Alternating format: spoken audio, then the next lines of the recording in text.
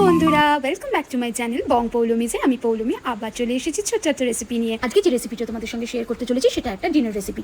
যদিও তোমরা এটা অনেকেই বানিয়ে থাকবে, তবুও আমি আমার মতন করে কি করে অল্প সময় চটজলদি বানিয়ে ফেলি সেটাই তোমাদের সঙ্গে শেয়ার করছি। তাহলে চলো দেখে নিই কিমা চানা বানানোর জন্য আমার কি লেগেছে। কিমা চানার জন্য এখানে আমি চিকেন কিমা নিয়ে নিয়েছি, তোমরা চাইলে মাটন কিমাও ইউজ করতে পারো। প্রথমে আমি চানা আর কিমাটাকে প্রেশার কুকারে সেদ্ধ করে নিয়েছিলাম। তারপরে একটা আলু ছোট করে কেটে নিয়েছিলাম আর নিয়ে নিয়েছিলাম দুটো পেঁয়াজ।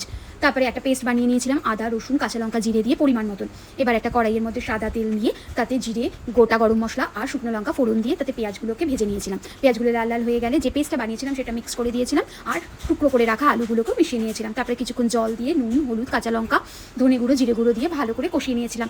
আর তার সঙ্গে মিশিয়ে দিয়েছিলাম একটু টমেটো কেচাপ, তোমরা চাইলে টমেটোও ইউজ করতে পারো। বা সেদ্ধ করে রাখা চানা আর কিমাটাকে মিশিয়ে দিয়েছিলাম। তারপরে কিছুক্ষণ রেখে দিয়েছিলাম সেটাকে কষানোর জন্য।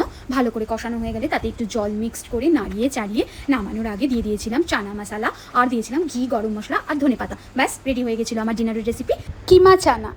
তাহলে আজ এই অবধি থাক, আবার দেখা হবে অন্য কোনো ভিডিওতে।